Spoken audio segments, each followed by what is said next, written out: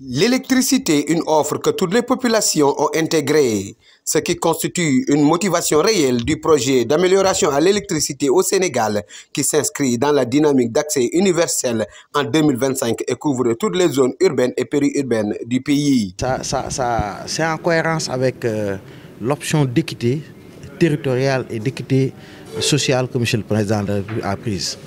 L'électricité n'est pas un luxe. Beaucoup de projets sont déroulés même en milieu urbain.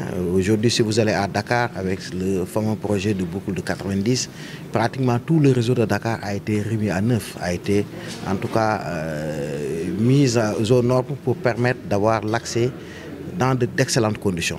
Aujourd'hui, ce n'est pas seulement le milieu rural, mais c'est ce qu'on appelle le milieu périurbain, parce que tous les Sénégalais sont des Sénégalais d'égale dignité. Il n'y a pas de Sénégalais de seconde zone. Ce projet qui coïncide avec l'exploitation des ressources énergétiques dont le gaz et le pétrole permettra à la région de Saint-Louis d'être un des leviers économiques et industriels du Sénégal. Sénélec est un levier sur lequel l'État du Sénégal compte s'appuyer pour mettre en œuvre sa politique énergétique. Quand je le dis, c'est surtout en perspective donc de l'exploitation des ressources énergétiques. Avoir une électricité qui non seulement permettra de satisfaire les demandes des populations, mais surtout d'être un levier pour le développement économique, pour le développement industriel. C'est tout le sens du concept gaz to power dont vous entendez souvent parler, c'est-à-dire faire en sorte que les ressources énergétiques ne soient pas seulement vendues, qu'on ne puisse pas vendre du gaz ou du pétrole, mais également s'appuyer sur cette production-là pour pouvoir booster le développement. Et dans ce sens, la région de Saint-Louis s'est déjà inscrite, en tout cas en droite ligne par rapport à cette politique publique. Vous savez que le gaz est produit ou sera produit ici dès 2024. Il y a de grands projets dans lesquels vous retrouvez toutes ces sociétés-là en link Sénélec, RGS et le réseau gazier du Sénégal, le FONSIS, Petrosen, pour déjà installer un pipe qui viendra ici au niveau de Gandiol. Il y a un projet d'une centrale de 250 mètres, il y a un projet de zone économique spéciale. Bref, l'énergie sera l'intrant numéro 1 pour pouvoir vraiment mettre le Sénégal en orbite sur le plan industriel. Et je peux vous assurer que les perspectives sont des perspectives reluisantes et Sénélec occupe une place de choix dans la mise en œuvre de ces objectifs-là. Financé par la Banque mondiale à hauteur de 93 milliards, ce projet vise à accroître le taux d'accès à l'électricité dans les zones déjà couvertes par les réseaux de distribution. Pareil, c'est un projet qui vient en appoint, qui vient compléter l'existant. Donc, ces domaines d'activité, c'est de venir renforcer les localités qui sont déjà électrifiées et pour lesquelles nous avons des poches qui ne sont pas encore prises en charge. Ça, c'est un aspect. L'autre aspect sur lequel PADES intervient, c'est au niveau de la qualité de service.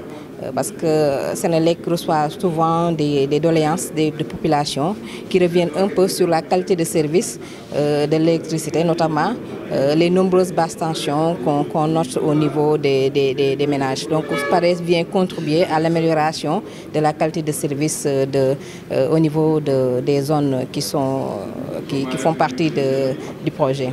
Le soulagement des couches vulnérables et l'accompagnement des structures sanitaires et scolaires occupent une grande place dans ce projet. Il y a 40 000 ménages vulnérables qui seront accompagnés dans le cadre du raccordement intérieur des ménages, parce que même si on amène le poteau jusque devant le ménage et que le ménage se trouve vulnérable, le ménage ne peut pas avoir l'électricité. Donc il y a un programme d'accompagnement des ménages vulnérables à pouvoir faire les raccordements intérieurs et disposer de l'électricité. Il y a également 200 000 autoproducteurs qui seront accompagnés. Donc ce sont globalement des associations de femmes, des associations de jeunes qui utilisent l'électricité dans le cadre de leurs activités. Ils seront accompagnés dans le cadre de ce projet-là. Il y a également un important lot d'infrastructures scolaires et d'infrastructures sanitaires qui seront également accompagnés dans le cadre de ce projet. Donc pour dire qu'en plus des aspects techniques, c'est-à-dire le raccordement des localités, il y a des activités connexes que le projet va développer et qui vont permettre de développer substantiellement le quotidien des populations. Le projet également, c'est un projet qui tient compte des aspects environnementaux et sociaux. Donc, dès l'entame du projet, notamment lors de la phase formulation, nous avons eu à dérouler des documents de cadrage qui sont des documents qui accompagnent les accords de financement. C'est dans ce cadre-là que nous avons réalisé le cadre de gestion environnementale et sociale, qui est un document de cadrage. Nous avons également réalisé le cadre des politiques de réinstallation. Dans l'optique de couvrir toute l'étendue du territoire national, ce projet va bénéficier 1 580 000 personnes, dont 60% en milieu urbain et 400% en milieu rural. 700 micro, petites et moyennes entreprises bénéficiant des services d'électricité nouveaux ou améliorés, dont 30% gérés par des femmes. 800 institutions publiques bénéficiant d'un service d'électricité nouveau ou amélioré, 600 structures et santé et 200 écoles. 3470 km de lignes construites, renforcées ou réhabilitées dans le cadre du projet, 761 km MT et 2709 km BT, 200 000 ménages bénéficiant d'un service d'électricité nouveau ou amélioré dans le cadre du projet, dont 40 000 ménages vulnérables connectés au réseau dans le projet.